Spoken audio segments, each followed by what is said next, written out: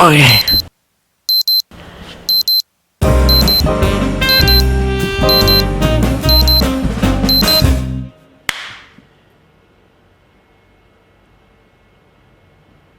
Hey everybody, welcome to my basement. It's Bryan's basement, and here in the basement, it's the bottom level. If you don't know what a basement is, it's the bottom level of any structure.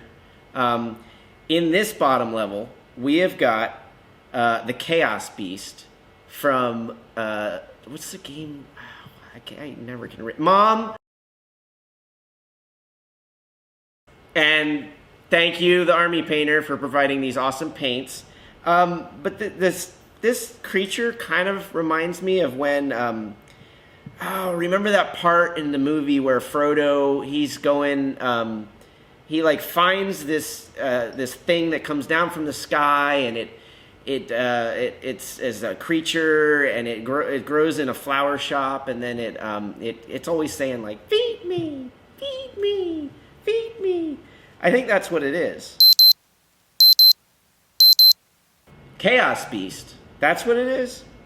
No, it's from Lord of the Rings. It's the feed me thing from Lord of the Rings. Anyway, today I'm going to show you how to airbrush this thing. So let's check it out.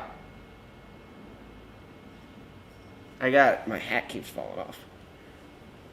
This is a hard hat to wear. So we've got our Chaos Beast Prime Black. And my Badjar Sotar 2020 airbrush that I use as a laser pistol at night in the yard. Yeah. So first we take some white airbrush paint, and we're going to shake it up like a shake weight you bring to a job interview to keep you from getting nervous. That's me shaking my shake weight in the middle of a job interview. Then you add the paint to my pot. You don't add the paint to my pot. I'll add the paint to my pot. And now I'm spraying it. I'm just testing it, make sure it's not goopy or you know, that. So first, we want to create a zenithal prime pattern from above. So imagine you're my mom above, yelling down for me to clean my room. So I'm the figure, and my mom's words are the white paint, and she's in the kitchen. Also, she's everywhere else in my life. So I'm also spraying a white where the mini meets the base, which we'll see why a little bit later.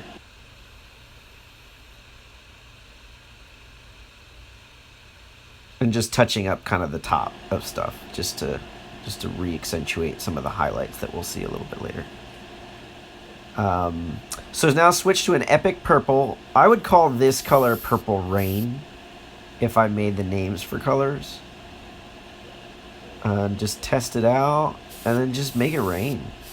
Just make it rain all over this thing. See, look at that. We're just making it rain. Just like rain. But it's purple. It's purple rain.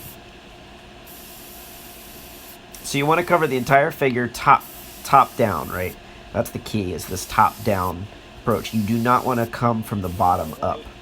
Always top down when you're doing this first layer, because we're going to create a color transition. You'll see why it's important in just a minute. It's a nice even coat.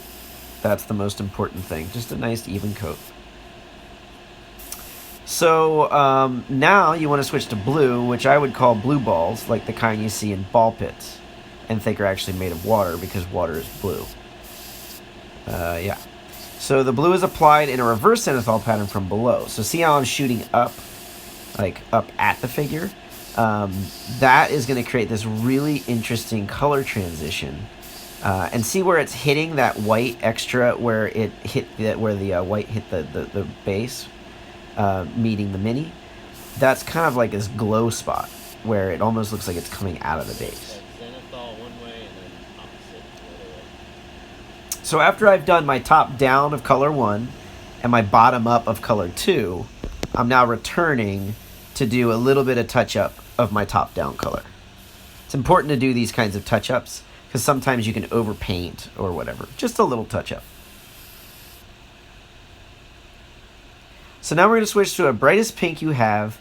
That color I'd call Mom's lipstick because it's the exact color my mom's favorite lipstick when she goes out at night and leaves me home by myself with no food pretty much like every night. So maybe that's not the best name for that color.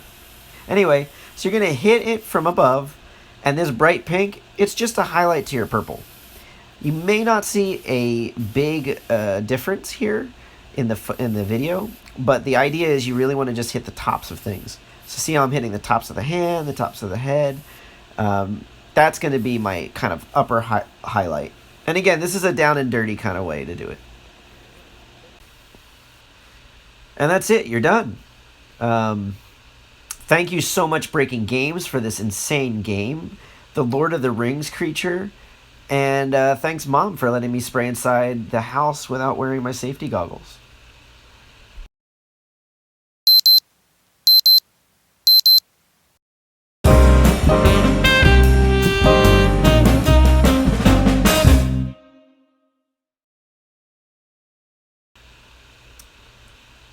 So, am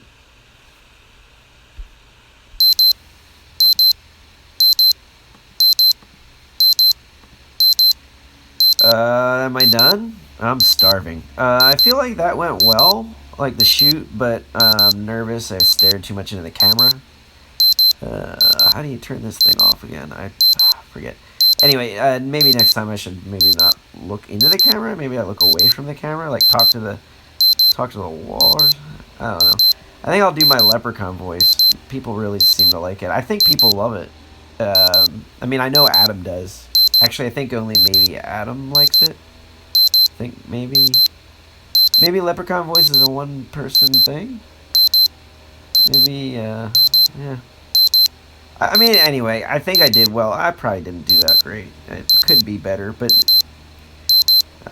maybe it went well. Maybe I...